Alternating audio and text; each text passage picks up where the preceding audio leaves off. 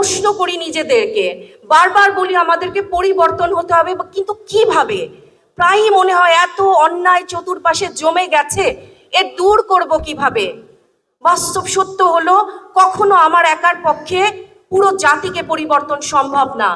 কখনো একদিনে ওভারনাইট আমরা এই যে জটিলতাগুলো সৃষ্টি হয়েছে, অগণতান্ত্রিক যে প্রক্রিয়াগুলো সৃষ্টি হয়েছে, এই সিস্টেমগুলো তৈরি হয়েছে যেখানে public health, basic human rights এর জন্য আমাদের প্রান্তিক জনগোষ্ঠী অসহায় হয়ে ঘুরে বেড়াচ্ছে, সেই জায়গাটায় আমরা বলি যে এই বৈষম্য দূর করবার পুরোটা আমরা একদিনে দূর করতে পারবো না।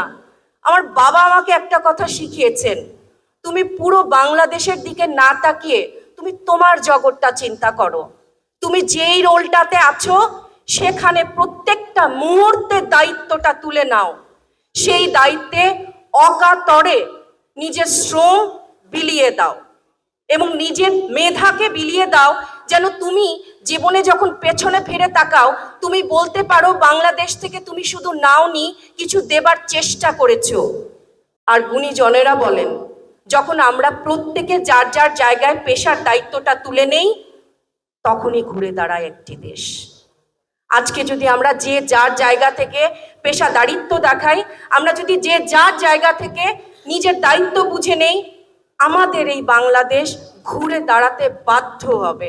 আমাদের এই বাংলাদেশে আর কখনো কোনোদিন স্বৈরাচারী কোনো শাসক মাথা তুলে দাঁড়াবার সাহস করবে না।